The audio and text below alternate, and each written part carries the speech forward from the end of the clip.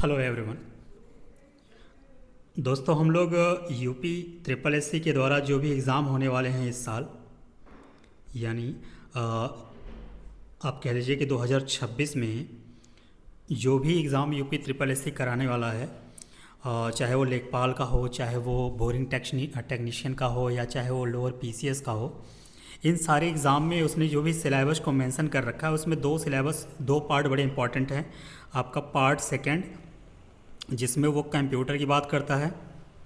Okay, यानी part second से आपको कंप्यूटर के सवाल देखने को मिलेंगे। और एक पार्ट तीन है, पार्ट तीन में अगर आप देखेंगे तो ये बेसिकली जो पार्ट है, पार्ट तीन, ये यूपी स्पेशल से संबंधित है, यानी उत्तर प्रदेश से संबंधित ये सवाल यहाँ पे आपको देखने को मिलेगा। तो जो पार्ट तीन है उसी के जो सवाल हैं पीवाईक्यूज़, जो कि यूपी ट्रिपल एससी द्वारा अभी तक पूछे गए हैं, उन सारे पीवाईक्यूज़ को मैं सॉल्व करा रहा हूँ। और ये आपके एग्ज़ाम के लिए काफ़ी बेनिफिशियल होगा। अगर आपके मन में ये सवाल आए कि सर ये पीवाईक्यूज़ है, इसको सॉल्व कराने का क्या मतलब होगा, तो इसके दो रीज़न है। दो रीज़न की वजह से मैं आपको ये सवाल सॉल्व करा रहा हूँ। पहला रीज़न ये है कि अगर पीवाईक्यू से सवाल रिपीट हो और अगर आप गलत करेंगे तो आप बहुत पीछे चले जाएंगे बाकी बच्चों से, क्योंकि जो भी बच्चे हर एक पोस्ट के लिए फ़ाइट करने वाले हैं वो काफ़ी सीरियस होते हैं। अगर उनसे आपको उन्हें आपको बीट करना है, उन्हें आपको पीछे करना है, तो आपको पीवाईक्यूज़ याद होने चाहिए पूरी तरीके से।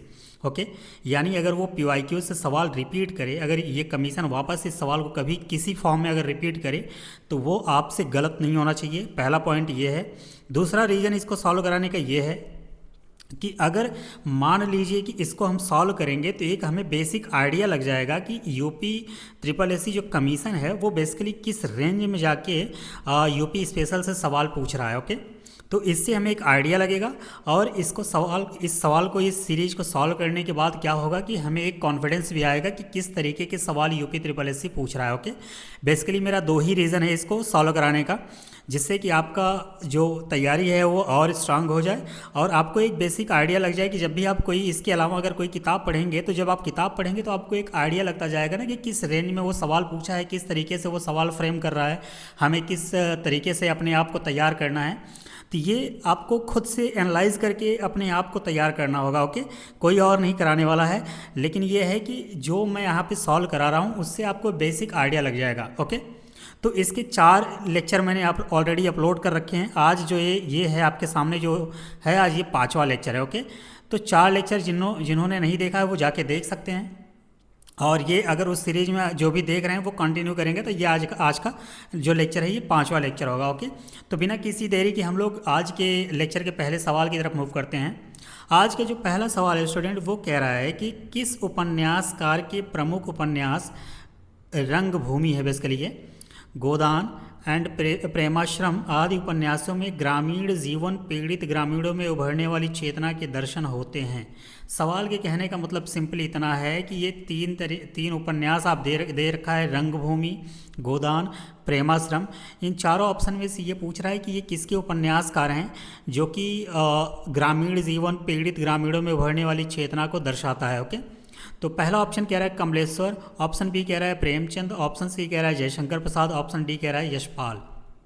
ओके, अगर आप लोग थोड़ा बहुत भी बेसिक पढ़ाई किए होंगे तो ये आपको ज़रूर पता होगा। बाकी दो ऑप्शन का तो नहीं पता कि रंगभूमि किसने लिखी है या प्रेमाश्रम किसने लिखी है, लेकिन आपको गोदान जरूर पता होगा। ओके, थोड़ी बहुत अगर आपको हिंट हो, क्योंकि बहुत ही पॉपुलर ये उपन्यास है और इसे लिखा है प्रेमचंद जी ने।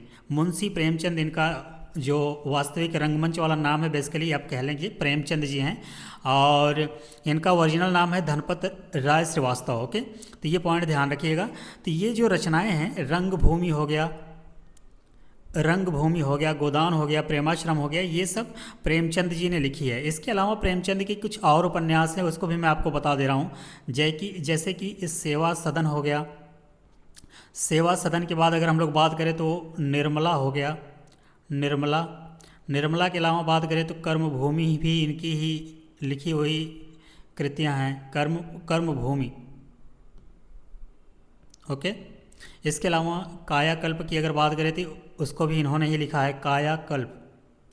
इसके अलावा गबन, ये सब जो हैं ये मुंशी प्रेमचंद जी के द्वारा लिखी हुई कुछ उपन्यास हैं। और देखा जाए तो ये बहुत ही फेमस उपन्यासकार थे और इनके द्वारा जो लिखा गया है ये रंगभूमि हो गया, गोदान हो गया, प्रेमाश्रम, ये सब मुंशी प्रेमचंद जी ने लिखा है। तो इसका करेक्ट आंसर आपका हो जाएगा ऑप्शन नंबर बी। ओके, अगले सवाल पे हम लोग मूव करते हैं। अगला सवाल कह रहा है स्टूडेंट कि उत्तर प्रदेश में जन्मे, यानी बेसिकली उत्तर प्रदेश में इनकी पैदाइश हो, कौन से लेखक और कवि हैं जो उर्दू साहित्य के लिए जाने जाते हैं और जिन्हें 1986 में साहित्य अकादमी पुरस्कार मिला था। ये पॉइंट ध्यान रखिएगा कि इनकी पैदाइशी जो है वो उत्तर प्रदेश में होनी चाहिए। तो ऑप्शन को देखते हैं, कैफ़ी आज़मी, जावेद अख्तर, गुलजार एंड शमसुर रहमान फारूकी। तो गुलजार साहब और जावेद अख्तर यूपी से तो नहीं हैं, कैफ़ी आज़मी साहब हैं, लेकिन यहाँ पे सवाल एक टेस्ट कर दिया है कि 1986 में उन्हें साहित्य अकादमी पुरस्कार मिला था। तो कैफ़ी आज़मी साहब को 1986 में नहीं मिला था।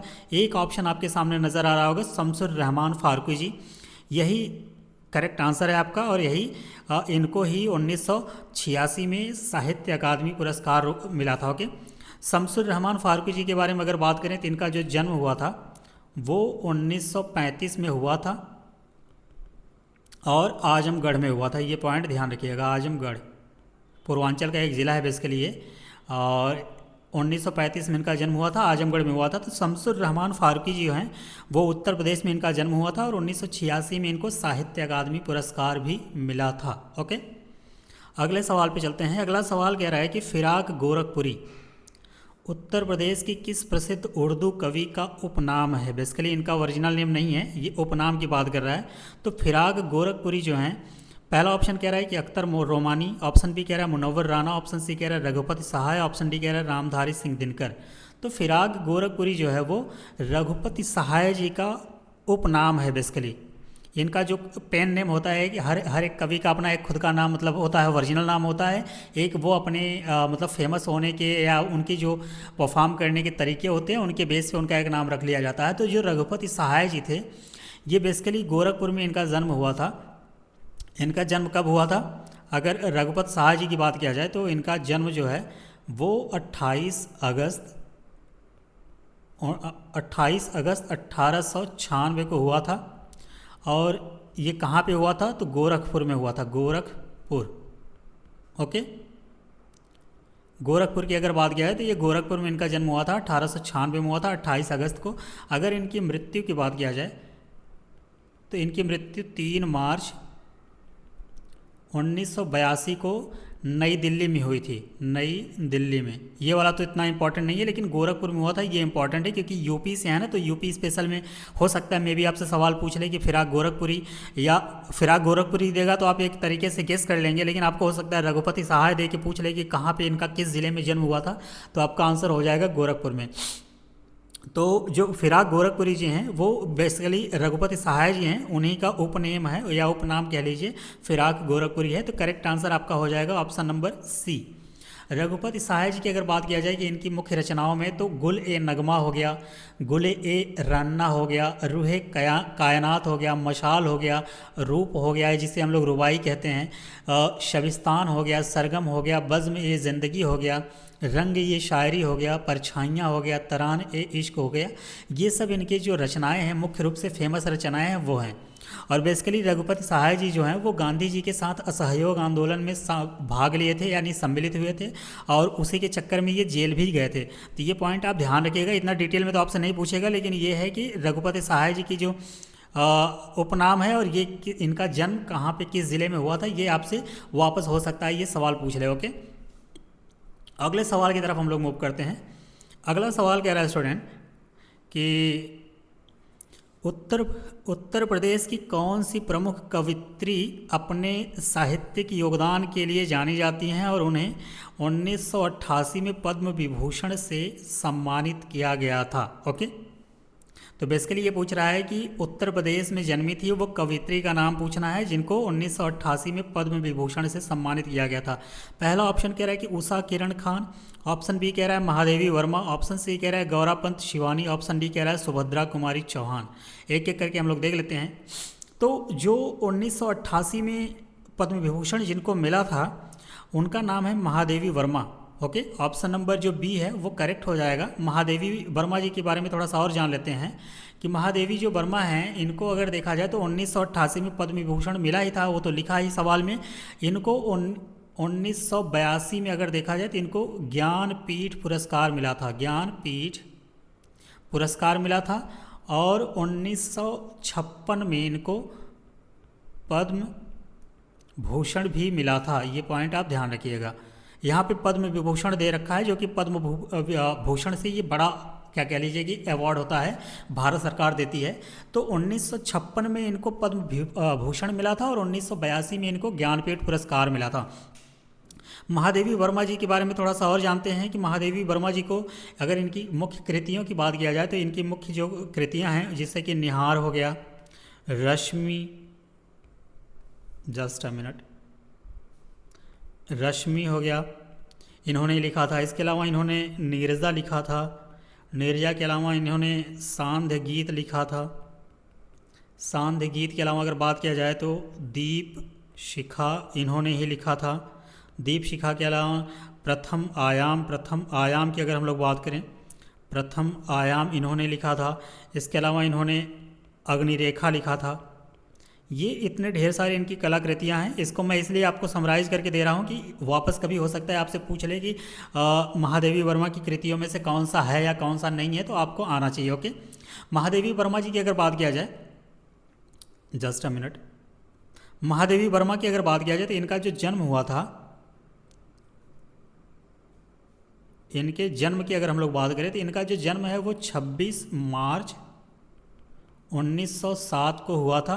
और कहाँ हुआ था, तो यूपी में ज़िला है फर्रुखाबाद।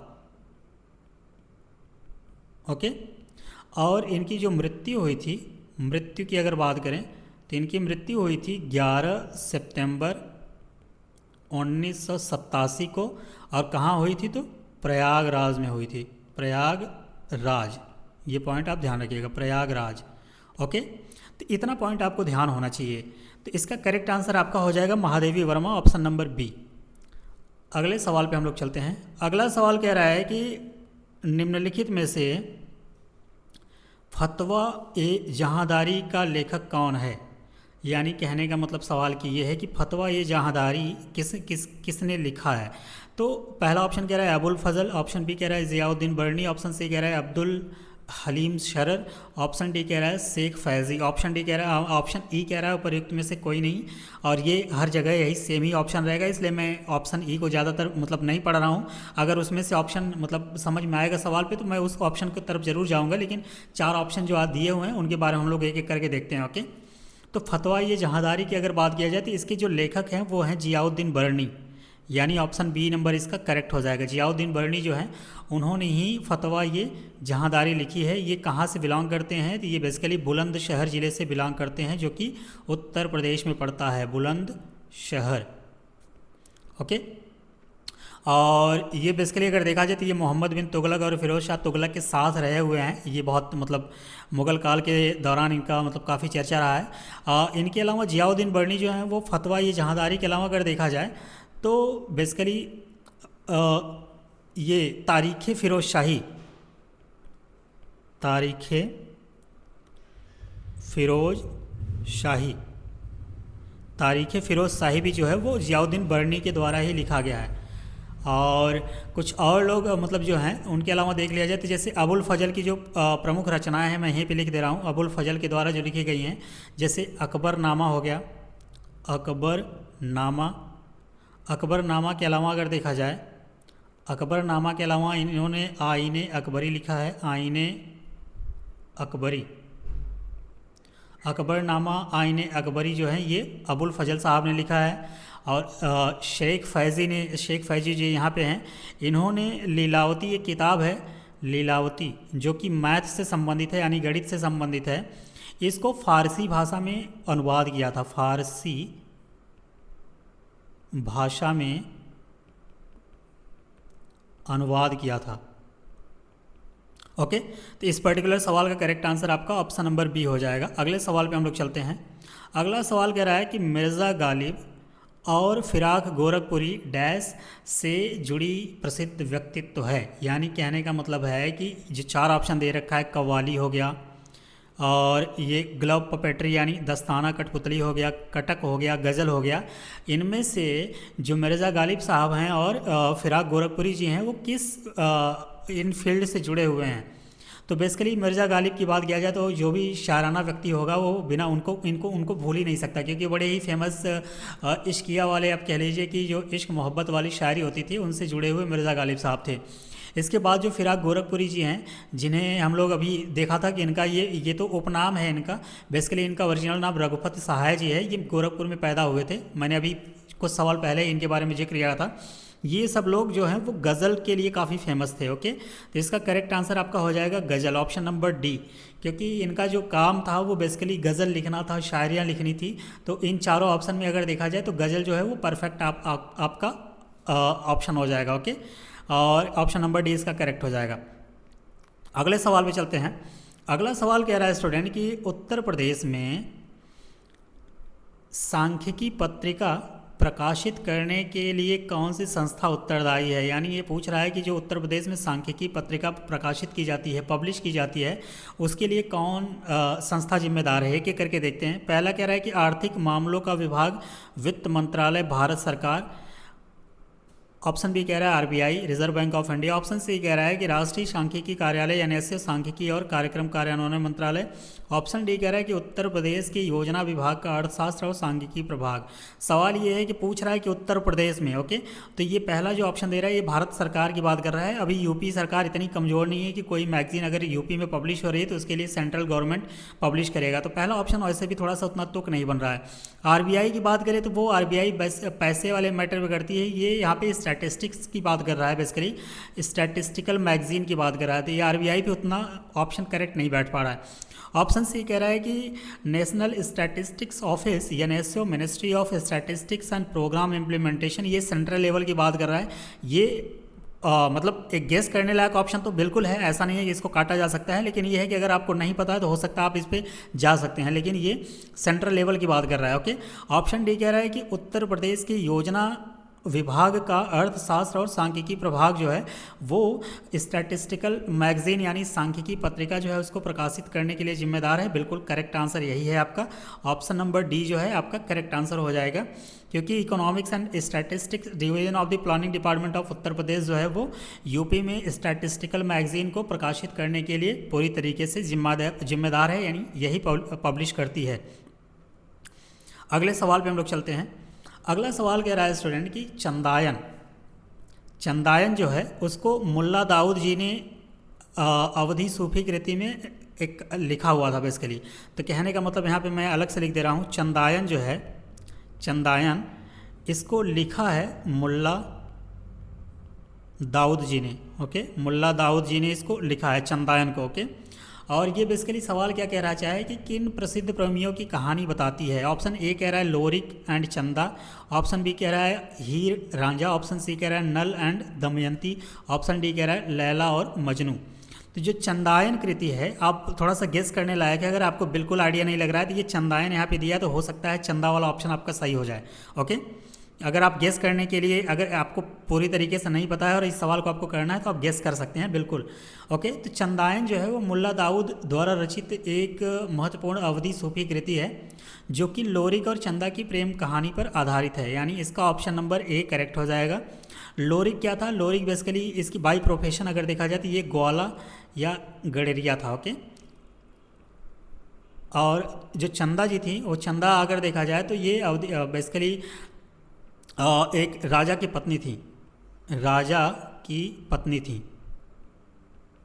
तो ग्वाला और गडरिया ये मतलब आप कह लीजिए कि लोरिक और चंदा जी जो हैं ये चंदायन के अंदर मेन आप कह लीजिए कि रोल प्ले कर रहे हैं। तो चंदायन जो मुल्ला दाऊद जी ने लिखा था वो लोरिक और चंदा की प्रेम कहानियों पर ही आधारित था।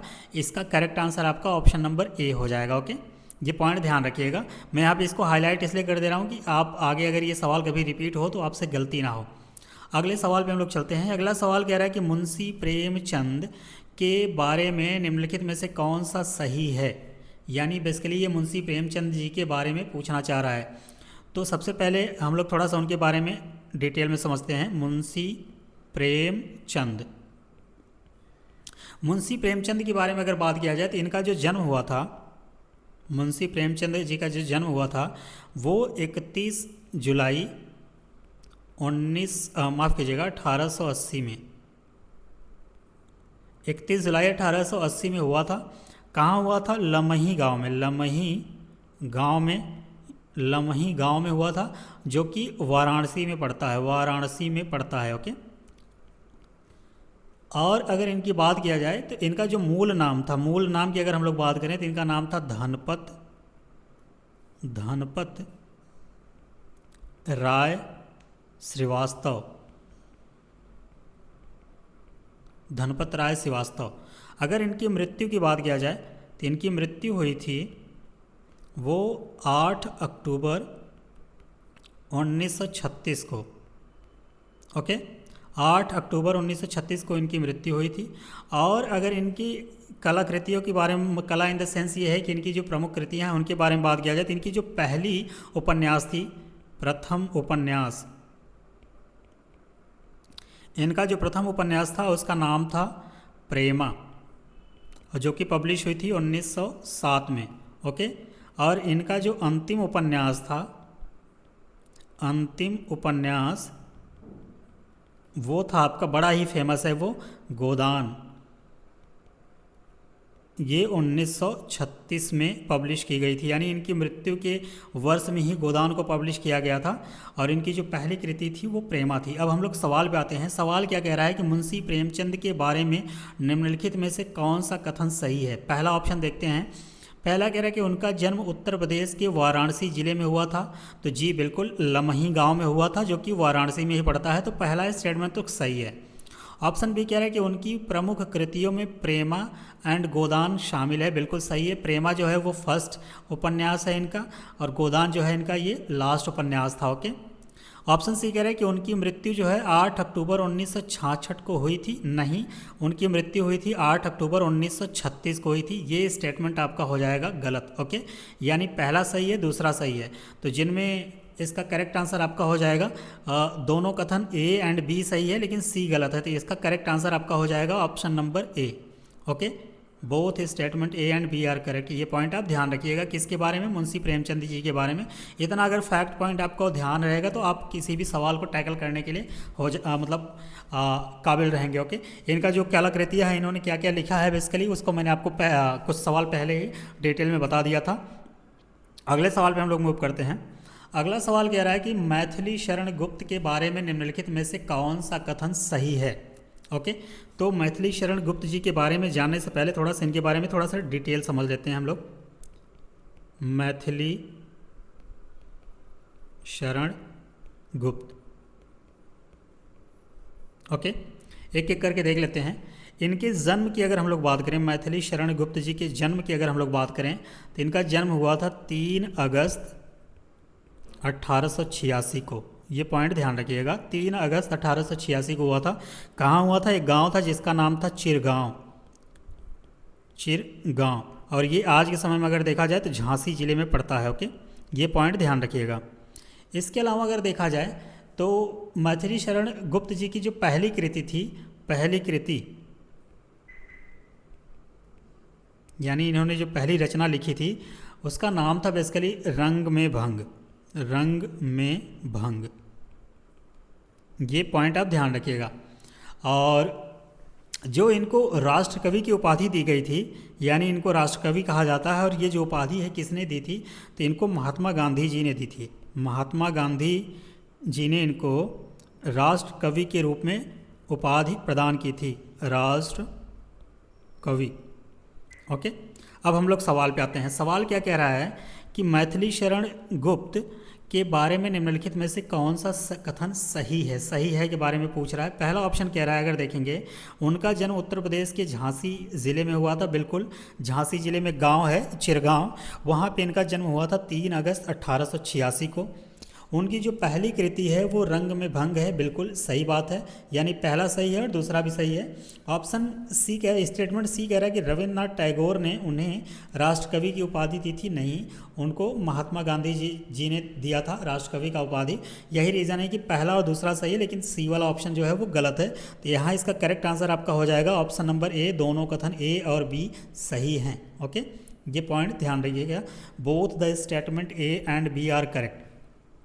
उम्मीद करते हैं कि ये सारे सवाल आपको धीरे समझ में आ रहे होंगे कि किस तरीके का यूपी ट्रिपल एससी सवाल पूछ रहा है। ये सवाल देखिए UP triple SC enforcement constable जो कि 2025 में हुआ है, 11 मई 2025 को, उसमें ये सवाल पूछा हुआ है। अगले सवाल पे हम लोग चलते हैं। अगला सवाल कह रहा है स्टूडेंट कि लेखकों और उनकी कृतियों या रचनाओं के संबंध में निम्नलिखित में से कौन सा जोड़ा गलत है। इनमें से कौन सा गलत है, एक एक करके देख लेते हैं। सूरदास जी की अगर बात किया जाए तो सूरदास की जो रचनाएं हैं वो सूर सागर हैं, सूर सारावली हैं, या साहित्य लहरी है। महादेवी वर्मा जी की अगर बात किया जाए तो महादेवी जी वर्मा जी ने छड़दा लिखा है, गिल्लू लिखा है, गिल्लू। इसके अलावा नीरजा जी लिखा है, नीरजा। अभी कुछ सवाल पहले मैंने इनके बारे में डिटेल में बताया था। रश्मि लिखा है इन्होंने। ओके, जयशंकर प्रसाद जी की अगर बात किया जाए तो इन्होंने प्रेम पथिक लिखा है। प्रेम पथिक के अलावा अगर देखा जाए तो कामायनी इन्होंने लिखा है, कामायनी। कामायनी के अलावा अगर हम लोग बात करें तो ध्रुव स्वामिनी इन्होंने ही लिखा है, ध्रुव स्वामिनी। मैथिली शरण गुप्त जी की बात करें तो मैथिली शरण गुप्त जी ने तिलोत्तमा लिखा है, साकेत लिखा है। साकेत के अलावा भारत भारती लिखा है, भारत भारती। लेकिन जो अष्ट सुर है, अष्ट सुर की अगर बात करें तो ये सूरदास जी से नहीं लिखा है। तो यानी इसका ऑप्शन नंबर ए जो है वही गलत है और यही आपका करेक्ट आंसर हो जाएगा, क्योंकि पूछा क्या है कि कौन सा इसमें से सही नहीं है। गलत वाला जोड़ा पूछा है, बाकी तीनों जोड़े सही हैं, यही आपका गलत है और यही आपका आंसर भी हो जाएगा। अगले सवाल पे हम लोग चलते हैं। अगला सवाल थोड़ा सा ये जो यूपी में शोध संस्थाएं हैं, संग्रहालय है एवं शिक्षण संस्थान वाला जो टॉपिक है उससे पूछ रहा है। ओके, तो एक एक करके हम लोग देख लेते हैं। पहला कह रहा है कि राष्ट्रीय शर्करा संस्थान यानी नेशनल शुगर इंस्टीट्यूट की अगर हम लोग बात करें तो ये बेसिकली है कहाँ, तो ये कानपुर में है। कहाँ पे? कानपुर में। और ये बनाया गया था कब? 1936 में। ओके, ये पॉइंट ध्यान रखिएगा। भातखंडे संस्कृत विश्वविद्यालय की अगर हम लोग बात करें तो ये कहाँ पे है, तो ये बेसिकली अगर देखा जाए तो ये लखनऊ में है। ओके, और ये कब इस्टेब्लिश किया गया था? 1926 में। ये काफ़ी इंपॉर्टेंट है, कई बार इसके डायरेक्ट ईयर पूछ लिया है आपसे, ध्यान रखिएगा। थोड़ा थोड़ा जो भी हिंट मैं दे रहा हूँ आप समझते जाइएगा। मोतीलाल नेहरू राष्ट्रीय प्रौद्योगिकी जो संस्थान है ये है आपका प्रयागराज में, प्रयागराज में। ओके, और इसे इस्टेब्लिश किया गया था अगर देखा जाए तो 1961 में, लेकिन इसको 2002 में इंस्टीट्यूट के रूप में मान्यता दी गई है। राष्ट्रीय प्रौद्योगिकी संस्थान का इनको दर्जा 2002 में मिला था, ये पॉइंट ध्यान रखिएगा। लेकिन इस्टेब्लिश किया गया था 1961 में। और एक ये है कि इंडियन वेटनरी रिसर्च इंस्टीट्यूट, भारतीय पशु चिकित्सा संस्थान, अगर इसकी बात किया जाए तो ये बरेली में है, ये पॉइंट ध्यान रखिएगा। अब हम लोग एक एक करके मैच कराते हैं। पहला राष्ट्रीय शर्करा संस्थान जो है वो आपका है कानपुर में। एक का अगर हम 3 से मैच कराते हैं, एक का सी, एक में है 2 में है, तो ए चला गया और ये ऑप्शन बी, सी और ऑप्शन डी तो आपके निकल गए। अब बचा मोतीलाल नेहरू, बहुत फेमस है, ये प्रयागराज में है, तो 3 को डी से मैच कराते हैं, 3 को डी से मैच कराते हैं, आपका आंसर आ गया ऑप्शन नंबर ए।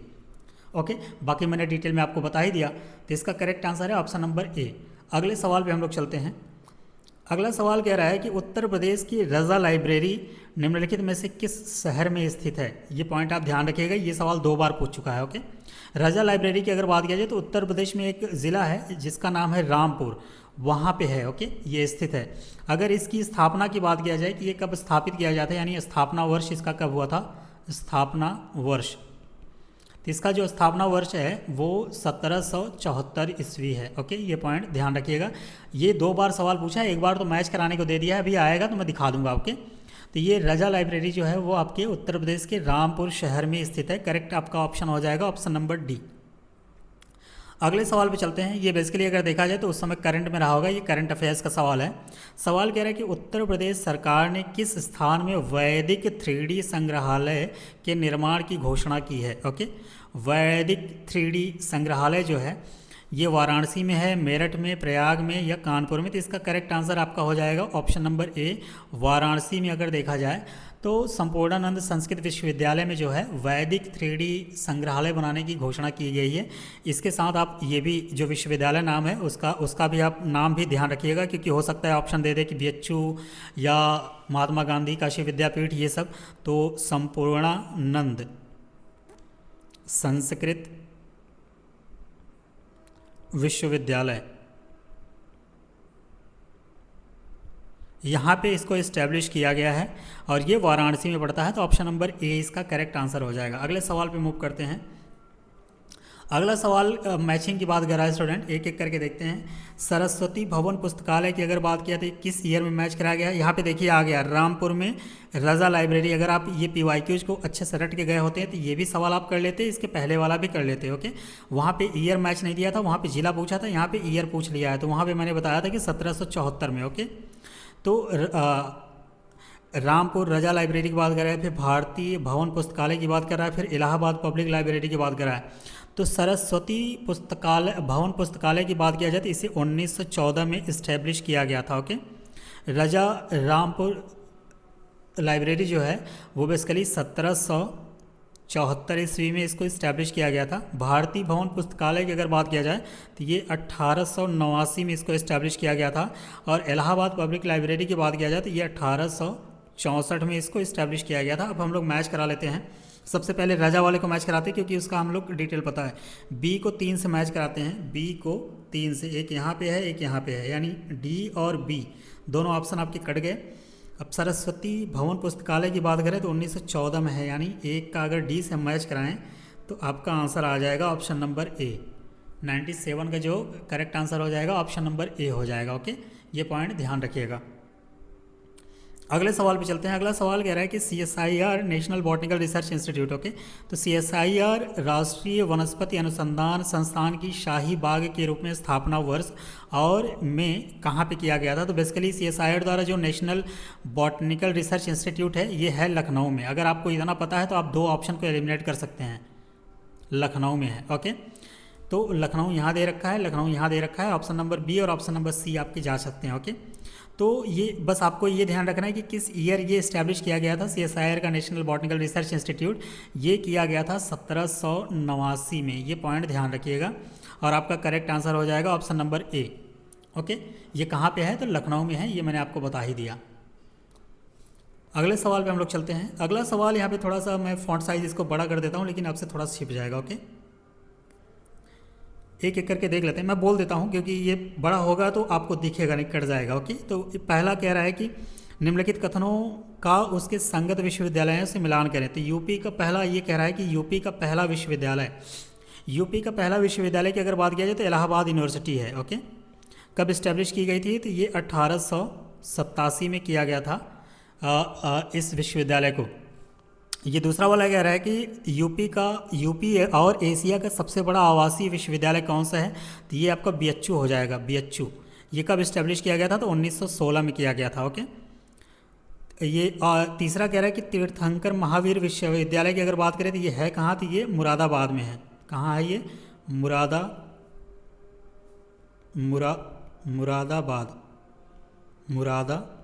में है। ओके, और लास्ट वाला कह रहा है कि यूपी राज्य सरकार का एकमात्र मुक्त विश्वविद्यालय की अगर बात करें तो ये है आपका राजर्षि टंडन ओपन यूनिवर्सिटी।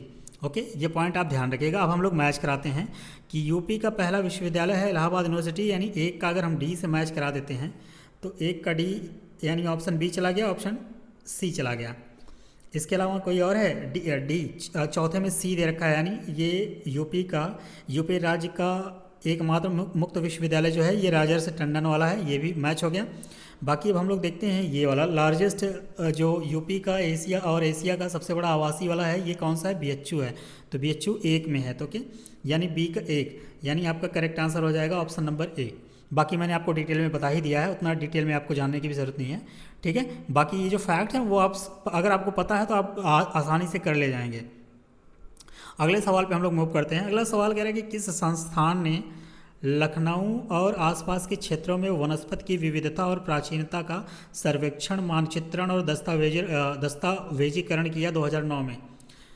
तो कौन सा है देख लेते हैं। पहला कह रहा है national botanical research institute Lucknow में, ऑप्शन बी कह रहा है कि Indian council of forestry research and education Dehradun. Option C कह रहा है FRI देहरादून। ऑप्शन डी कह रहा है Birbal Sahni institute of palaeobotany Lucknow. पहला पॉइंट तो मेरा, अगर मेरी बात आप माने तो इसका एक नोट्स बना लीजिएगा, क्योंकि यहाँ पे ये आप अपने हिसाब से हिंदी मीडियम वाले हैं तो हिंदी में लिख लीजिएगा, इंग्लिश वाले हैं तो हिंदी में इंग्लिश में लिख लीजिएगा। जैसे कि राष्ट्रीय वनस्पति अनुसंधान संस्थान कहाँ है, तो ये लखनऊ में है। इसको एक आप नोट्स बना लीजिए, क्योंकि ये यहाँ पे मैच कराने को दिया है और ये करेक्टली मैच्ड है। ओके, तो चारों को एक अलग तरीके से आप एक समराइज फॉर्म में कहीं ना कहीं लिख लीजिएगा। तो इसका जो करेक्ट आंसर हो जाएगा वो ऑप्शन नंबर डी हो जाएगा। जो बीरबल साहनी इंस्टीट्यूट है, बीरबल साहनी या पुरा वनस्पतिक विज्ञान संस्थान जो लखनऊ में है, वो प्रदेश के वनस्पति की विविधता और प्राचीनता का सर्वेक्षण, मानचित्रण और दस्तावेजीकरण का काम किया था। और ये इंस्टीट्यूट कब इस्टेब्लिश किया गया था, तो ये 1946 में किया गया था और बीरबल साहनी जी की स्मृति में। ओके, ये पॉइंट आप ध्यान रखिएगा। इसका करेक्ट आंसर आपका हो जाएगा option number D, Birbal Sahni institute of palaeobotany Lucknow. Okay, अगले सवाल पे हम लोग चलते हैं। अगला सवाल कह रहा है कि सुगंध एवं सुरस विकास केंद्र यानी FFDC, यफ का मतलब हो गया फ्रैग्रेंस एंड दूसरे वाले एफ का मतलब हो गया फ्लेवर डेवलपमेंट सेंटर, FFDD की स्थापना UNDP या ऑब्लिक UNIDO और उत्तर प्रदेश सरकार की सहायता से किस वर्ष किया गया था। बेसिकली कहने का मतलब ये है, ये सवाल कहना चाह रहा है कि the fragrance and flavour development centre जो है वो किस वर्ष इस्टेब्लिश किया गया था। तो इसकी अगर बात किया जाए तो ये अगर बेसिकली अगर देखा जाए तो ये 1990-91 में इस्टेब्लिश किया गया था, जो कि किसी भी ऑप्शन में नहीं है। तो इसका करेक्ट आंसर आपका हो जाएगा ऑप्शन नंबर ई। ओके, पाँचवा वाला ऑप्शन इसका करेक्ट हो जाएगा, बाकी ये चारों नहीं है क्योंकि ये मैच नहीं कर रहे हैं करेक्टली। अगले सवाल पे चलते हैं। अगला सवाल कह रहा है कि भारत कला भवन उत्तर प्रदेश में किस जगह पे विश्वविद्यालय संग्रहालय है, यानी आगरा में है। ऑप्शन बी कह रहा है लखनऊ में, ऑप्शन सी कह रहा है वाराणसी में और ऑप्शन डी कह रहा है प्रयागराज में। तो भारत कला भवन की अगर हम लोग बात करें, भारत कला भवन जो है वो वाराणसी में है, यानी ऑप्शन सी इसका करेक्ट आंसर हो जाएगा। भारत कला भवन जो है वो वाराणसी में स्थित है और इसकी स्थापना की अगर बात किया जाए, भारत कला भवन की स्थापना की अगर बात करें तो इसकी जो स्थापना है वो 1 जनवरी 1920 को हुई थी, और पॉइंट ध्यान रखिएगा। और भारत कला परिषद के एक अंग के रूप में हुई थी। इसके प्रथम मानद अध्यक्ष जो थे वो कवि रविन्द्रनाथ टैगोर जी थे। इसका करेक्ट आंसर आपका हो जाएगा ऑप्शन नंबर सी, वाराणसी में भारत कला भवन है। ओके, ये पॉइंट आप ध्यान रखिएगा। अगला सवाल कह रहा है कि लखनऊ स्थित बाल संग्रहालय यानी चिल्ड्रन म्यूजियम की स्थापना किस वर्ष हुई थी। तो लखनऊ स्थित जो बाल संग्रहालय यानी चिल्ड्रन म्यूजियम है, इसकी स्थापना की अगर बात किया जाए तो ये 1957 में हुई थी और इसका एक नाम है। बेसिकली इसका नाम क्या है, मोतीलाल नेहरू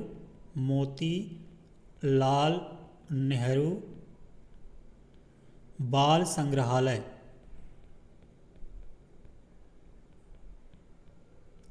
मोतीलाल नेहरू बाल संग्रहालय कहाँ है, तो ये करेक्ट आंसर आपका हो जाएगा कि ये लखनऊ में है। ये पॉइंट ध्यान रखिएगा, ये लखनऊ में है।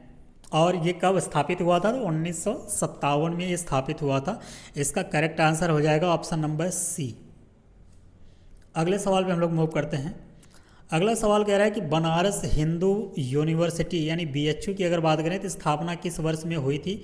तो BHU की बात किया जाए तो ये 1916 में इस्टेब्लिश किया गया था, स्थापित किया गया था पंडित महामना मदन मोहन मालवीय जी के द्वारा। ओके, तो BHU की जो स्थापना है ये 1916 में, ऑप्शन नंबर बी जो है वो आपका करेक्ट हो जाएगा, उस समय इस्टेब्लिश किया गया था। ओके, अगले सवाल पर हम लोग मूव करते हैं।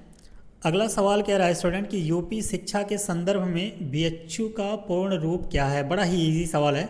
बनारस हिंदू विश्वविद्यालय, बनारस हिंदू विश्वविद्यालय इसका पूर्ण रूप है यानी फुल फॉर्म है। इससे हम लोग इंग्लिश में अगर देखा जाए इसे बोलते हैं बनारस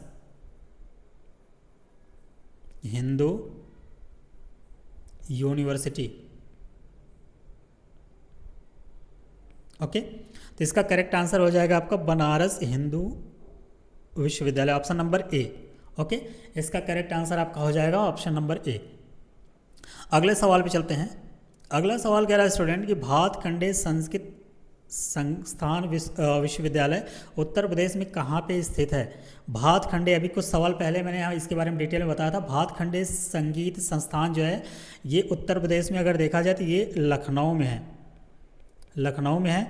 और इसे 1926 में इस्टेब्लिश किया गया था। ये ईयर थोड़ा सा आप ध्यान रखिएगा, क्योंकि ये वर्ष भी पूछता है और ये कहाँ पे है ये भी पूछता है। ये पॉइंट, दोनों पॉइंट ध्यान रखिएगा। इसका करेक्ट आंसर हो जाएगा लखनऊ, ऑप्शन नंबर ए।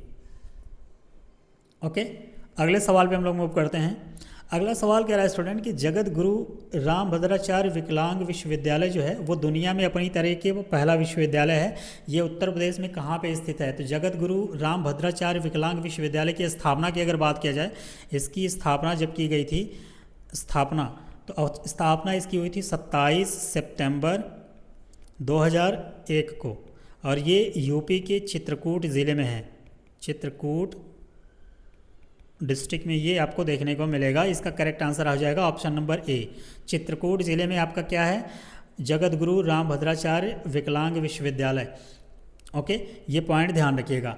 तो दोस्तों ये लेक्चर कैसा लग रहा है आप मुझे बिल्कुल ज़रूर बताइएगा। अब अगले वाले टॉपिक में हम लोग अगला वाला जो लेक्चर ले आएंगे उसमें हम लोग जो उत्तर प्रदेश की भाषाएं हैं या उत्तर प्रदेश की सामाजिक रीति रिवाज और पर्यटन हैं, इन सब जो टॉपिक से संबंधित जो सवाल या PYQs आए हैं उनको सॉल्व करने की कोशिश करेंगे। ओके, तो मुझे उम्मीद है कि ये लेक्चर आपको पसंद आएगा, और ये आपके एग्ज़ाम के लिए जो अभी होने वाला है लेखपाल का, सबसे पहले जो वैकेंसी है वो लेखपाल की क्लियर होने वाली है, क्योंकि 21 मई को इसका एग्ज़ाम है। इसके बाद लोअर का आने वाला है। बाकी जो अदर वैकेंसीज आ रही हैं या जिनका एग्ज़ाम होने वाला है, उन सारी जो SSC में सवाल पूछे जाएंगे यूपी स्पेशल से, उनमें आपको ये बहुत ज़्यादा हेल्प करने वाली हैं। ओके, तो उम्मीद करते हैं कि लेक्चर पसंद आ रहा होगा, आपको बेनिफिशियल होगा। आप सभी लोग यहाँ तक बने रहे, इसके लिए बहुत बहुत धन्यवाद। मिलते हैं अगले लेक्चर में कुछ और सवालों के साथ।